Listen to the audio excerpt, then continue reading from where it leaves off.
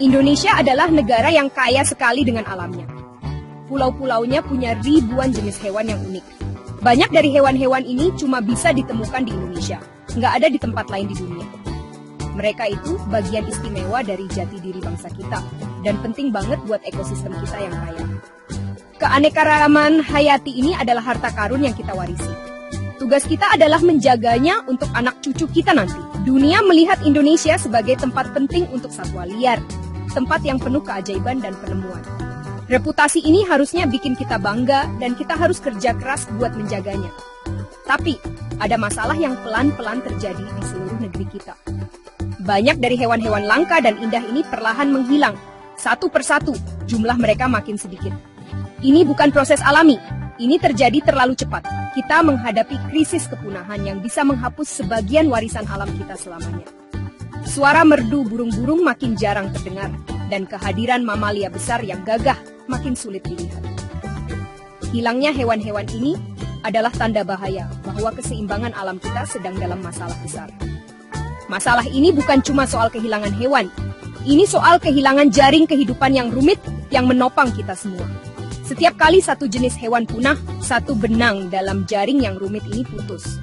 Akibatnya bisa sangat luas, memengaruhi kesehatan hutan kita, kebersihan air kita, bahkan udara yang kita hirup. Hilangnya hewan-hewan ini menandakan penyakit yang lebih dalam di lingkungan kita. Ini adalah cerminan bagaimana kita, sebagai manusia, memperlakukan rumah kita bersama. Kita harus memperhatikan masalah ini sebelum terlambat untuk memperbaiki kerusakan yang sudah kita sebabkan. Kita harus bertanya pada diri sendiri, Indonesia seperti apa yang ingin kita tinggalkan untuk anak-anak kita? Apakah mereka hanya bisa melihat orangutan dan harimau di buku sejarah dan foto-foto lama? Atau akankah Indonesia menjadi tempat di mana makhluk-makhluk megah ini terus berkeliaran bebas di rumah alami mereka? Jawaban atas pertanyaan ini sepenuhnya tergantung pada tindakan yang kita pilih untuk ambil hari ini. Misteri hilangnya mereka sama sekali bukan misteri, penyebabnya sudah diketahui, dan tanggung jawab untuk bertindak ada pada kita semua. Kita harus mulai bekerja untuk menyelamatkan mereka sekarang. Mari kita lihat beberapa hewan terkenal dari Indonesia yang sekarang dalam bahaya besar. Salah satu yang paling dikenal adalah orangutan, si manusia hutan yang lembut. Primata cerdas ini, dengan rambut panjang berwarna coklat kemerahan, hidup di hutan hujan Kalimantan dan Sumatera. Mereka menghabiskan sebagian besar hidup mereka di atas pohon, bergerak dari dahan ke dahan mencari buah. Orangutan punya peran penting dalam ekosistem mereka dengan menyebarkan biji yang membantu hutan untuk tumbuh kembali. Melihat orangutan di alam liar adalah pengalaman yang tak terlupakan. Pertemuan yang damai dengan salah satu kerabat hewan terdekat kita. Hewan ikonik Indonesia lainnya yang terancam punah adalah harimau Sumatera yang gagah. Ini adalah subspesies harimau terkecil dari semuanya. Sangat cocok untuk hidup di hutan Sumatera yang lebat. Dengan bulu oranye gelap dan garis-garis sempit yang rapat, ia adalah ahli penyamaran. Harimau Sumatera adalah pemburu soliter, predator puncak yang berada di paling atas rantai makanan. Kehadiran mereka adalah tanda ekosistem hutan yang sehat dan berkembang. Sayangnya, diperkirakan hanya beberapa ratus dari kucing-kucing megah ini yang tersisa di alam liar membuat mereka sangat terancam punah dan mendorong mereka semakin dekat ke kepunahan selamanya. Mungkin yang paling langka dari semuanya adalah badak Jawa. Hewan luar biasa ini adalah salah satu mamalia besar yang paling terancam di bumi. Dengan satu tanduk dan lipatan kulit seperti baju zirah, ia terlihat seperti makhluk dari zaman prasejarah. Badak-badak ini dulunya berkeliaran di seluruh Asia Tenggara dan Indonesia, tetapi sekarang mereka hanya ditemukan di satu area kecil yang dilindungi, Taman Nasional Ujung Kulon di Jawa Barat. Seluruh populasi dunia terdiri dari kurang dari 80 individu.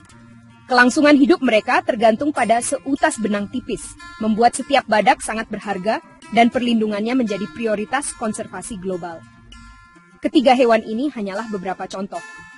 Banyak spesies Indonesia lainnya juga dalam masalah, seperti gajah Sumatera, anoa dari Sulawesi, dan jalak Bali yang cantik. Masing-masing hewan ini memiliki cerita uniknya sendiri dan peran pentingnya sendiri di alam. Penurunan jumlah mereka adalah tragedi bukan hanya untuk Indonesia, tetapi untuk seluruh dunia. Mereka adalah simbol hidup keanekaragaman hayati negara kita, dan nasib mereka adalah cerminan langsung dari komitmen kita untuk melindungi alam. Kita berisiko kehilangan bagian-bagian tak tergantikan dari warisan hidup kita ini. Salah satu alasan terbesar kenapa hewan langka kita menghilang adalah karena hilangnya rumah mereka. Habitat mereka, hutan-hutan tempat mereka tinggal dihancurkan dengan sangat cepat. Area hutan hujan yang luas ditebang untuk dijadikan lahan pertanian, seperti perkebunan kelapa sawit, kebun kopi, dan produksi kertas. Ketika pohon-pohon ditebang, hewan-hewan kehilangan sumber makanan, tempat berlindung, dan ruang yang mereka butuhkan untuk hidup dan membesarkan anak-anak mereka. Bagi hewan seperti orangutan yang hidup di pohon, penggundulan hutan adalah hukuman mati langsung, membuat mereka tidak punya tempat tujuan. Faktor utama lainnya adalah praktik perburuan liar yang kejam dan ilegal. Banyak hewan langka diburu untuk diambil bagian tubuhnya. Harimau dibunuh untuk kulit, tulang, dan giginya, yang kemudian dijual di pasar gelap untuk pengobatan tradisional atau sebagai simbol status. Gajah diburu untuk gadingnya, dan badak dibunuh untuk cula mereka, yang secara salah dipercaya memiliki khasiat penyembuhan. Perdagangan satwa liar ilegal ini adalah industri kriminal yang sangat menguntungkan. Ini didorong oleh keserakahan dan kurangnya kesadaran, dan secara brutal mendorong banyak spesies menuju kepunahan. Masalahnya diperparah oleh perdagangan hewan peliharaan ilegal. Orang-orang kadang ingin memiliki hewan langka dan eksotis sebagai peliharaan. Hewan muda, seperti bayi orangutan, sering ditangkap dari alam liar. Untuk mendapatkan bayi, pemburu biasanya harus membunuh induknya terlebih dahulu. Ini adalah tindakan yang sangat kejam yang menyebabkan penderitaan yang luar biasa. Hewan-hewan yang ditangkap ini kemudian dijual secara ilegal, sering disimpan dalam kondisi buruk di mana mereka tidak dapat bertahan hidup lama. Permintaan akan hewan peliharaan eksotis ini secara langsung berkontribusi pada penurunan populasi liar dan mengganggu struktur sosial hewan-hewan cerdas ini. Aktivitas manusia juga menciptakan konflik dengan satwa liar. Karena pemukiman manusia dan pertanian semakin meluas mendekati hutan, hewan dan manusia lebih sering bertemu. Hewan seperti gajah atau harimau mungkin berkeliaran ke lahan pertanian mencari makanan, karena sumber makanan alami mereka menjadi langka.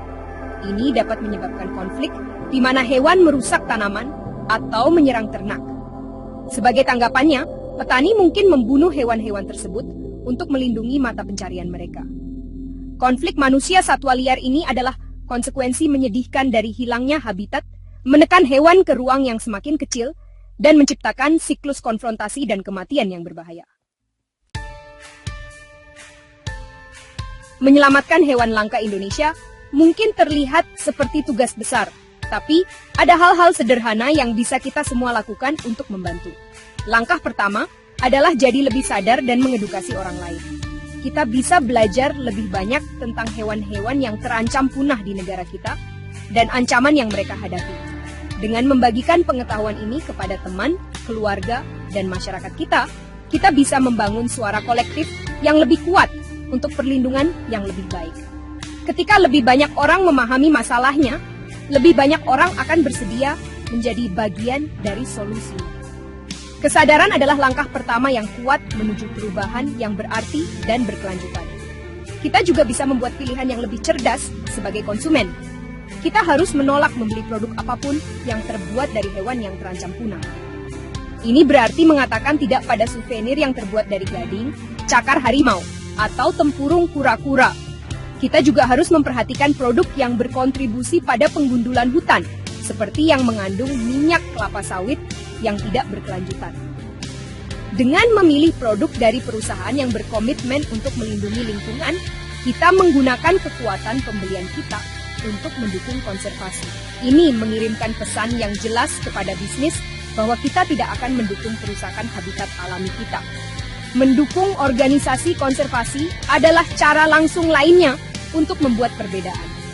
Banyak kelompok di Indonesia bekerja tanpa lelah di lapangan untuk melindungi hewan dan habitatnya. Mereka melakukan patroli anti perburuan, menyelamatkan dan merehabilitasi hewan yang terluka, dan bekerja dengan masyarakat lokal untuk menemukan solusi berkelanjutan yang menguntungkan manusia dan satwa liar. Bahkan sumbangan kecil atau menjadi sukarelawan bisa memberikan organisasi-organisasi ini sumber daya penting yang mereka butuhkan untuk melanjutkan pekerjaan penting mereka. Mereka berada di garis depan, dan mereka membutuhkan dukungan penuh kita untuk berhasil. Terakhir, kita harus melindungi dan memulihkan rumah alami hewan-hewan ini. Kita bisa ikut kegiatan menanam pohon untuk membantu menghutankan kembali lahan yang rusak. Kita harus mendukung upaya pemerintah untuk menciptakan dan mengelola kawasan lindung seperti taman nasional dan cagar alam. Penting untuk melaporkan setiap aktivitas ilegal, seperti penebangan liar atau perburuan, kepada pihak berwenang. Masa depan hewan langka Indonesia tergantung pada kesehatan hutan kita.